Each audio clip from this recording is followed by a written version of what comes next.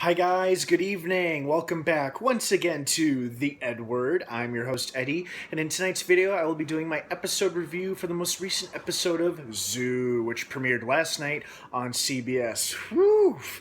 Boy, that was a doozy, that one. We got a lot to talk about. Of course, before I start blabbering on and on, of course, please be warned that this video review will be full of massive spoilers regarding the most recent episode of Zoo. This is a big one, so be warned. If you are not caught up on Zoo, do not keep watching or listening to this video as I will be discussing spoilers. And once you are caught up, come on back and give this video a watch and a listen. I think you'll like what you hear. So you have been warned.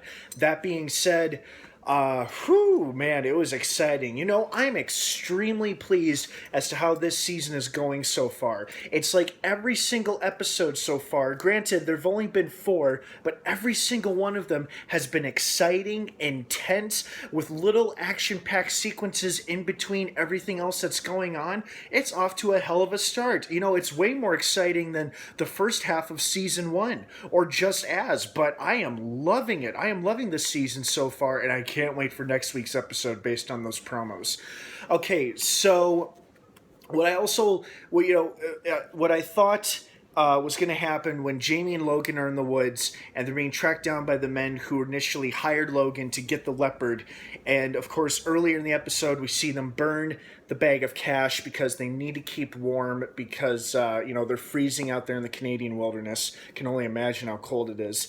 And when the armed men surround them asking for their money back, I'm like, okay, the only way I could see these two getting out of this, or at least one of them, most likely Jamie, is that a pack of animals, probably wolves, are going to come and save them at the last minute right before anybody can pull a trigger. And sure enough, that is exactly what happened. I'm like, all right, yes. It's like, it's like your death sentence becomes your saving grace in a sense, because they're being tracked by animals in the woods, probably the same pack of wolves that attacked Jamie in the first place. And the wolves turned out to be, they turned out to save her life. Unintentionally, of course, because they saw multiple targets and victims all around, and they attacked the group of nasty men who were threatening Jamie and Logan, saying, "Where's our money? We want our money back, Logan," giving Jamie and Logan the chance to escape. So even though that scene was a little predictable, it was still quite enjoyable.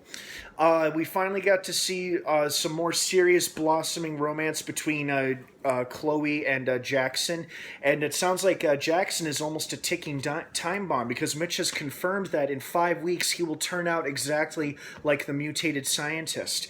In 5 weeks' time, that's what he's going to become, a human mutant, a freak of nature.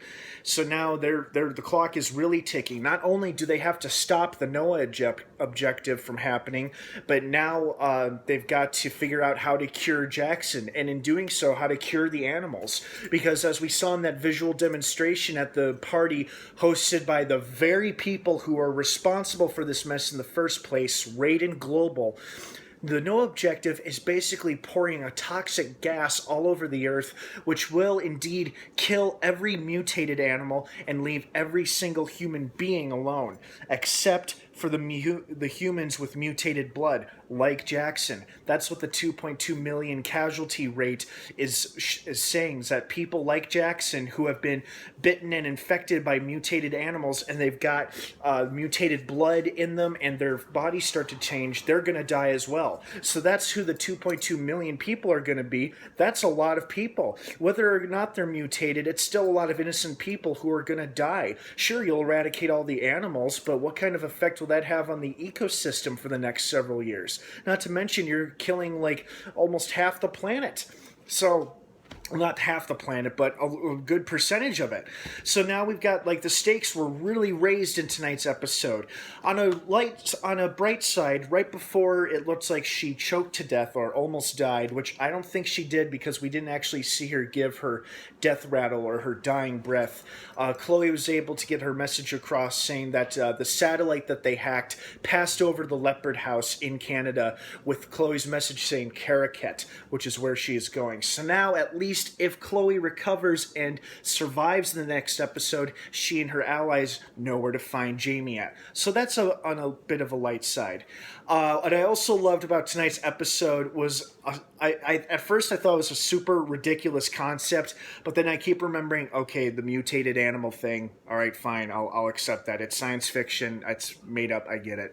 A sloth capable of creating earthquakes was kind of an amusing anecdote, but I also loved, how the moles, you know.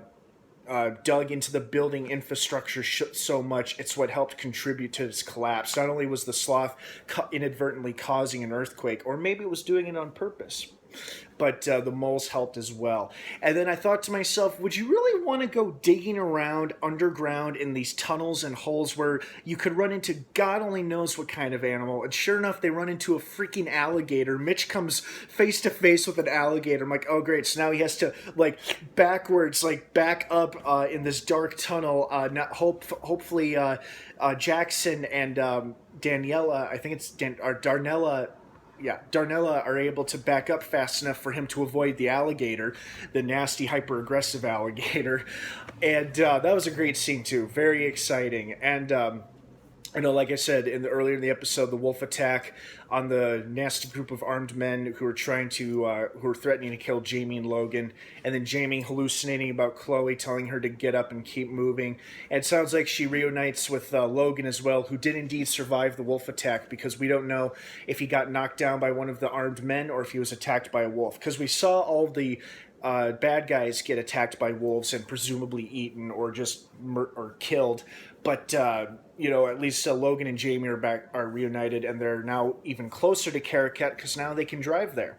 But now, what's going to happen to poor Chloe? Chloe's a pretty big character, at least in the graphic novel. I'm going to try not to spoil anything for you guys in the graphic novel, so let me just say, without spoiling anything, that she is a main character in that original story. She lives a very, very long time. Maybe they'll change that up in the show. Maybe in the next episode we'll get a confirmation of her fate as to whether or not she died. Who knows? Maybe they'll change things up in the show. But I find it hard to believe they would kill off a main character so early in the season. But who knows? Who knows what these guys want to do with us? Whatever they're doing, keep on doing it, because it's great TV. I love it. And I hope you guys enjoyed this episode of Zoo as well.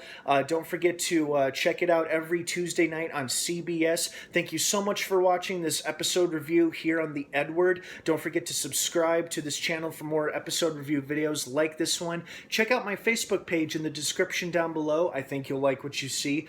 Thanks again for stopping by, you guys. Have a great rest of the night. And of course, until next time, may the Force be with you.